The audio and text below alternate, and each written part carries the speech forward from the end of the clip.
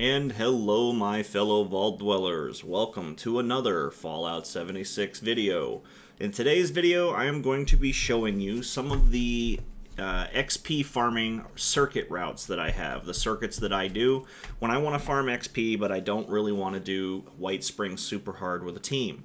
You can do these together, you can do them solo, you can do complete circuits in under 20 minutes if you have the right perks and you are motivated to just get in and get the experience points necessary. Multiple build styles can do this. It's not super difficult, but you do have to be focused on what you want to do and be focused on just killing and getting that XP. So, first location that we're going to hit on XP circuit number 1 that I like to do is Solomon's Pond. Now, if you've seen some of my other videos, which may or may not be out yet, if they're not out yet, they will be soon, there is a super mutant behemoth to the south that always spawns. He can spawn up to a rank 3 legendary, and he's worth a boss level of XP. I usually start with him because he will often spawn as a legendary. This time he did not, so he's usually a pretty good shot at guaranteed loot. So you just come in and you kill him first. As you can see, that was 334 XP for a single kill. No fuss, no muss. He's got random loot. Nothing that I need, however. So the next location that I hit in my circuit is I go to the Whitespring Golf Club. Now, we'll load in real quick, and I will show you the small portion of this that I do. I don't do the whole Whitesprings, just because it's scattered and sometimes it's just glitchy. The golf course clubhouse is actually the most effective way to get the XP off of this. If it's clear, like it looks like it is right now, looks like somebody's already been here and finished it up, that's fine. You don't really need it. But if you do, if it is up, then you just quickly run through the top. You'll gather all the enemies and kill them. You then run downstairs.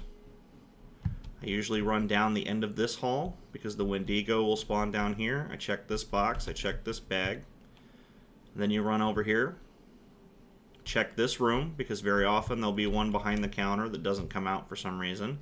And then I run outside and I check over here because there's one that'll spawn right here and one that'll spawn right down there. Now, since those ones have already been cleared, we'll move on to the next location. But this spot right here only would have taken like another 45 seconds to kill everything with a decent build. So the next location that we want to hit is Huntersville. Huntersville has high-level super mutants, which a lot of the points that I'm going to be doing today do as well. The super mutants can hit a little hard if you're not prepared for them or you don't have a build that can handle them on their own, so just be aware. Now, it does help to have movement increasing abilities. It does help to have mutations that increase your jump speed, your jump height, your movement speed, that type of stuff, so that you can more quickly complete these areas.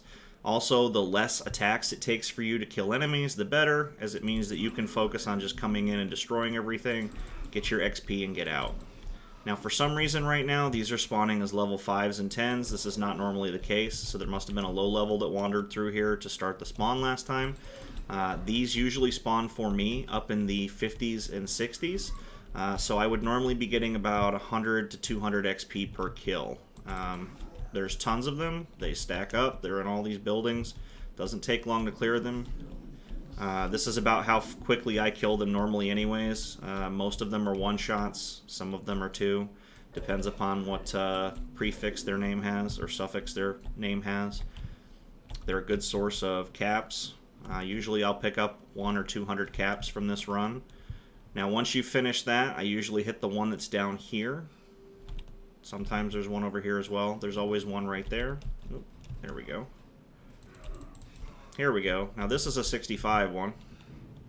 So I don't know why there was a 65 one here, but there were lower ones there. So maybe I triggered a respawn. Let me check this one. That's a level 5. Alright, let's check back inside just in case there was a respawn.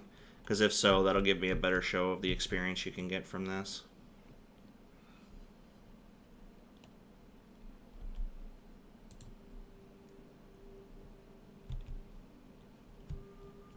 Nope. Okay, so that was an actual appropriate level one. Normally they'll spawn in the 40s, 50s, and 60s. Now the next location that I go to is West Tech Research Center, which is to the northeast. This is another location that has a heavy amount of super mutants in it. I usually do the outside and the inside. There are a vast number of them, and if they spawn at the appropriate level that I need, it'll be a pretty good chunk of XP. These ones did spawn at the appropriate level, so let's see what we're getting. So there's 160 for that, 160 for that, 118. As you can see, we're just rickrolling right through them. We're not wasting a bunch of time. I'm not wasting a bunch of time looting them. You can if you want to, but when I'm here for XP, I'm usually just, I want to do a circuit and get some XP to try and gain a level or two so that I can change around some stats or something. Be careful of the turrets. Especially if you're a low HP, high rad build. If the turrets are a high enough level and they have either fire rounds or explosive rounds, like that one did, they can certainly tear through you very quick, fast, and in a hurry. I am in the process of moving points around so that I can get fireproof, as the fire and explosion resistance will greatly increase my survivability. One of the few things that kills the low HP, high rad builds that I do is explosive or fire damage, so... Then I head inside. Inside's a lot safer. There's no turrets, but there are lots of super mutants. As you can see, my XP bar is moving up quite nicely.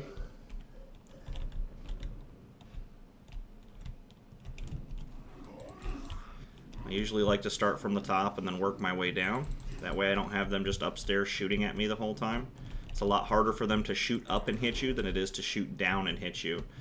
Just because usually if they're up top, they can see more of the area down below, and it's easier for them to rickroll through stuff. As you can see, I did just kill a 3-star Super Mutant Legendary. There are usually 1 to 2 Legendaries per run through here, which is another nice reason to do this. I usually see at least 1, 2, or 3-star. Let's see what we got. Got a 3-star with Charisma, reduced damage while sprinting, and yeah, that's... The reduced damage while sprinting would be good, but on an unyielding piece. The ultimate unyielding piece in my eyes would be an unyielding piece that has +1 strength and the 15% reduced damage while sprinting. That would be just amazing. Because as an unyielder, one of your biggest defenses is how quickly you can get into the fight and kill the enemy. The quicker you can get close and finish the fight, the less damage you're going to take. That is one of your biggest defensive measures, is just being able to get in and murder everything as quickly as possible.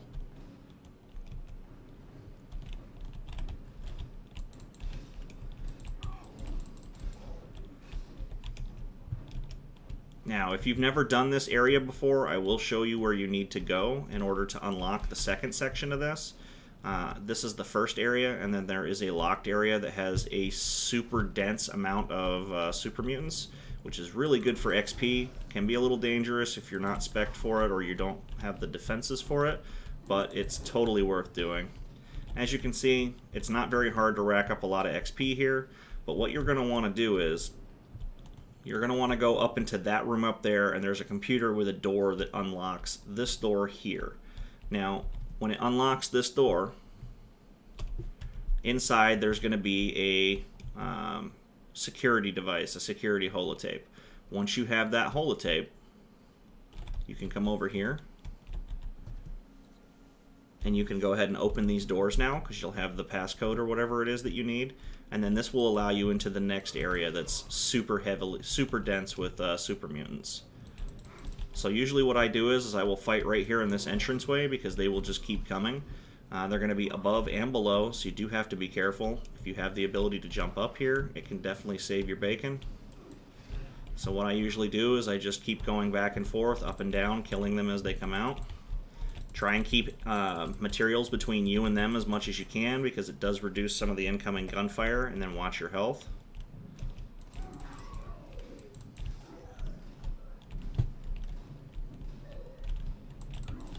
Sometimes they will drop down and get you, sometimes they won't. Sometimes they just sit up there and keep shooting at you, and then you gotta go after them, like that. Where is he? There he is. But as you can see, it's not too terribly difficult, and we've racked up a lot of XP in here. Now, once you've killed them all and your battle music goes away, so you know it's clear, the next location that I go to is the West Tech Isolated Radio Array. The next 3 I'm doing are the trifecta, as I call them, for farming a bunch of different things. So we'll do National Isolated Radio Array next. As you can see, we started at about 25 or 30% XP towards our next level. We've already gained almost 70%, the 70% that we needed for our next level, and we're not even done with this circuit yet. The faster and more efficient that you can get to do this, the quicker the XP rolls in and the more XP you can get. Now, this still isn't going to be as fast of XP as a group that keeps triggering the glowing ones to respawn at Whitesprings, but you can do this on your own if you don't feel like playing.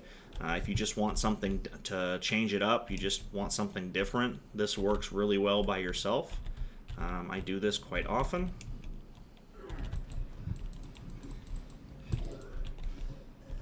Okay, there you go. As you can see, just got my first level up from the circuit, and I'm in my 80s.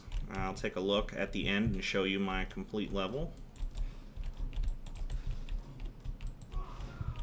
I do usually go downstairs real quick and hit the enemy that's down there. Sometimes the boss super mutant will spawn in this room down here. Sometimes he's upstairs.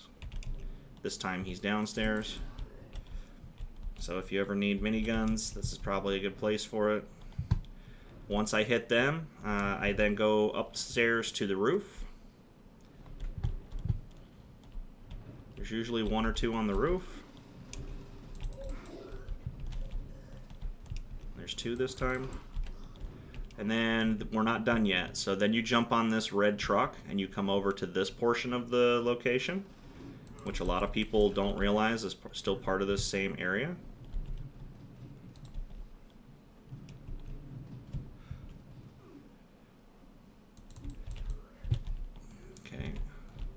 Now, ghouls do spawn down here, so just be aware of it. You can take advantage of it. This time there was actually a legendary one, which is nice.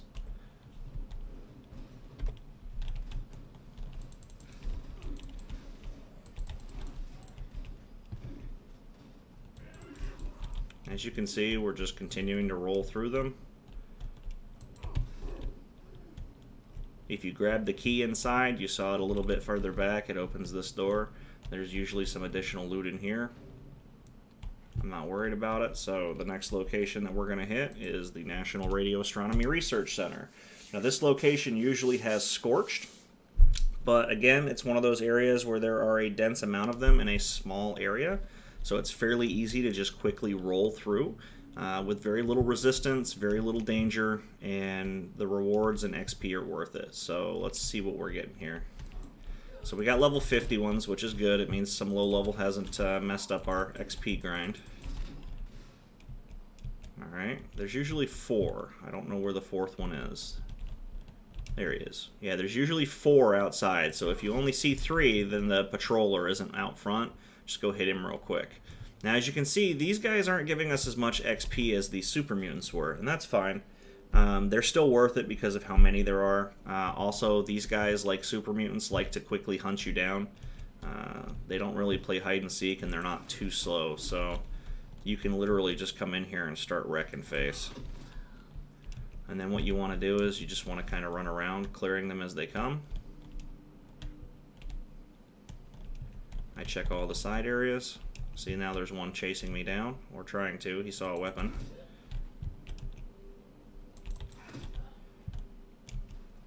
It's almost like they can't wait to get beat down, right? I love it.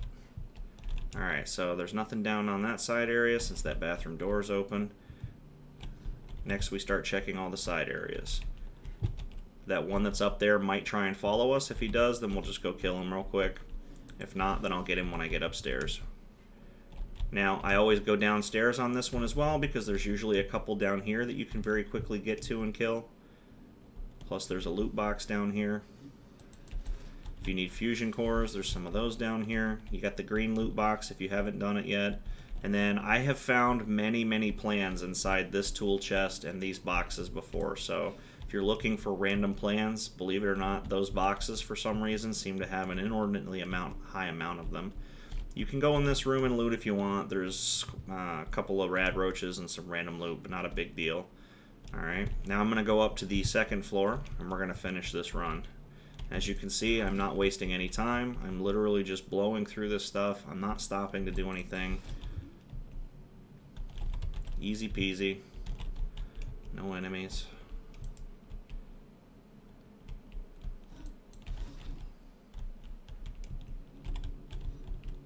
Trying to make the best use of my sprint and my increased movement speed. Now, if you've got a friend that's in the game, like I do right now, he's off doing his own thing. He wanted to do something else, and I wanted to create this for you guys. You can have someone with squad maneuvers share it to the group, and that'll increase movement speed by 20% as well. Now, the next location in the holy trifecta for farming is Sugar Grove, of course. Now, if you've played this game for a while and you've ever had need of springs, I'm sure you've heard of Sugar Grove. It's also a great location for plastic, lead, screws. You can even get a decent amount of like fuel and oil in it. And Ripmon is he's saying hi because he hears me talking on Discord. Let's see. So when you come in here, be careful. These robots do like to shoot these cars and blow them up in your face. I have been killed many times because I have not paid attention to this. Also, the turrets here can and often do spawn with explosive rounds, so make sure you prioritize those for killing first. Those explosive rounds and the fire rounds do chew through you pretty good. If you've got fireproof or you've got dense mod on your chest piece with fireproof to give you immunity to that type of stuff, don't worry about it, you're probably fine. Then you can unlock the door here if it needs to be unlocked, and then down we go. Now, this location usually has robots. It also sometimes has dogs or wolves in this first room for some reason. I don't know what's up with that. I think it's a glitch of some kind, a spawn glitch. Not 100%, but if you see those, just kill them real quick. It's even more easy XP. There's usually 2 robots up top. As you see there was the Mr. Gutsy plus that one. Then we go downstairs. Usually there's 1 robot in this room. Can be a legendary. Not often, but sometimes. And then this room can have a Major Gutsy. It can have an Assaultron. Can have the brain robots, the robo-brains. This time it's got the Assaultron. Ooh, Dominator. And it's a 3-star, so that works for me. Now, if you have a hard time dealing with the Assaultrons, I can show you a trick.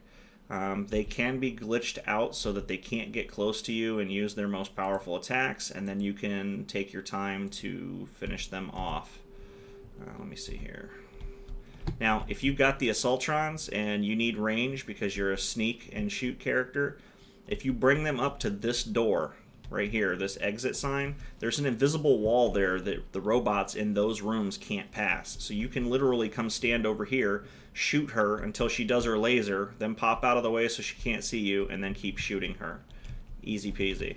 That's the only real dangerous thing down here other than the Mr. Gutsies sometimes with their frickin' anti-aircraft frickin' pop guns that they have. I don't know why, you know, something sounds so small, like such a small caliber can do that much damage, but, you know, it is what it is. Alright, let's see if I'm far enough away that I can fast travel. Now, the next location is going to be Hawk's Refuge, which is right here. Hawk's Refuge usually has ghouls. It usually has beasts outside. It's a good place to farm up a little bit of acid. Most of the bugs that spawn outside drop proboscis and stuff like that. Looks like this time we've got dogs, which is another one of the spawns. You'll occasionally see wolves as well. So you just kill them off real quick. It's an easy bonus XP. It's not a lot, but every little bit adds up. Once you've killed off whatever wants to come play, head inside. Inside usually has ghouls, and it also has a chance to spawn a Windigo. So if you can handle a Windigo, you'll be fine in here. If not, you may want to avoid it or bring a friend. Looks like this time it's low-level ghouls. Usually when I come in here, the ghouls are in the 40 to 60 variety. There was a 42. Let's see here. Come down over here. Oh yeah, that's right. Raider armor spawns here as well, so if you ever need like Raider armor, you can get it here. Looks like we got a glowing one for the boss this time instead of the Wendigo. Uh-oh. Alright, as you can see, I took too much radiation damage there. I let my stuff get too low. I wasn't paying attention. But seeing as how like I don't carry junk, and it really doesn't take that long to load, it's not really much of a penalty. You just immediately jump back up and get right back into it. So I'll head back in.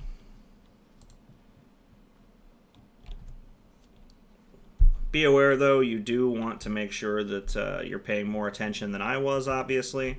Every time you die, it does slow your runs down. And when you're doing runs like this, you're trying to focus on XP gain per hour. You're not so much worried about how much you're getting per kill, but you're looking at, if I can kill 50 enemies worth 50 XP in 5 minutes, you know, rather than 4 enemies worth 200 XP in 10 minutes, you know, that's definitely more effective, and that's going to be more XP in the long run. So you're trying to get as much XP per hour as possible, so the more efficient you can be with it, I don't need any of that, the more efficient you are with it, the better that it goes, and the more you actually benefit from it.